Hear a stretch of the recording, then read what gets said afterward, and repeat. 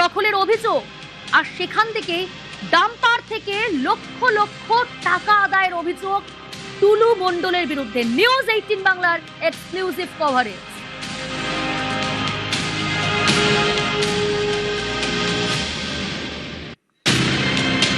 কে টুলু মণ্ডল?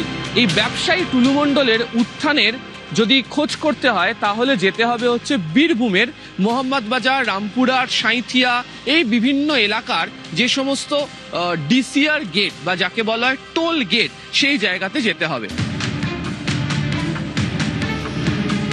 তথ্য বলছে এই জেলার মোট 8টি জায়গায় যেখান থেকে সব থেকে বেশি করে 6 চাকা, 14 চাকা, 16 চাকা, 18 চাকার ডাম্পার বেরোতো বালি নিয়ে, পাথর নিয়ে, মূলত পাথর নিয়ে যেখান থেকে বেরোতো, সেই যে গেটগুলো টোল গেট বা ডিসিআর গেট যেগুলিতে বলা হয়, সেখানেই টুলু মণ্ডলের লোকেরা থাকতো।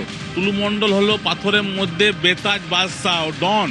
আজকে আপনার ধরেন এত টাকা চালানের রেট, আবার 100 টাকা আবার চালানের রেট ও বাড়িয়ে দেয়, ঠিক আছে? প্রশাসন কিছু বলতো না, পুলিশ প্রশাসন সব ওনার হাতে, যে কোনো একটা কেস দিয়ে মানুষকে ভিতরে করে দেয়। যতদিন দিদি ছিল তখন উনি বেতাজ, বাদশাহ। প্রত্যেক কটা ডাম্পারের 6 চাকার জন্য, 14 চাকার জন্য, 16 চাকার জন্য, 18 চাকার জন্য সে কত পরিমাণ পণ্য বা ওই পাথর বা বালি ধরুন পরিবহন করতে পারবে তার হিসেব রয়েছে, কিন্তু তারপরেও অতিরিক্ত হিসেবের জিনিস নিয়ে আসা হতো এবং এই টোল গেট থেকে তাকে ছেড়েও দেওয়া হতো। তার জন্য যে অতিরিক্ত অর্থ, সে অতিরিক্ত অর্থ চলে যেত হচ্ছে টুলুর পকেটে। অনেকের বক্তব্য যে এই বিষয় নিয়ে তারা এর আগেও একাধিকবার পুলিশ প্রশাসনের দৃষ্টি আকর্ষণ করেছিলেন, কিন্তু কোনো লাভ হয়নি। 14 চাকা মাল হচ্ছে 30 টন, যদি 200-300 যদি মাল বেশি হয়, 500 মাল বেশি হয়, তাহলে বলে 200 টাকা 300 টাকা এক্সট্রা লাগবে।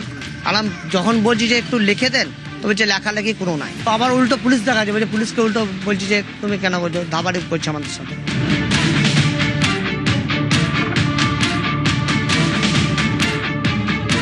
তাদের কথা কেউ শুনতো না, এমনকি টুলু মণ্ডল যেহেতু তিনি বেতাজ বাদশা ছিলেন, তাকে লোকজন ভয় পেতে শুরু করে, ফলে তিনি ফুলে ফেপে ওঠেন।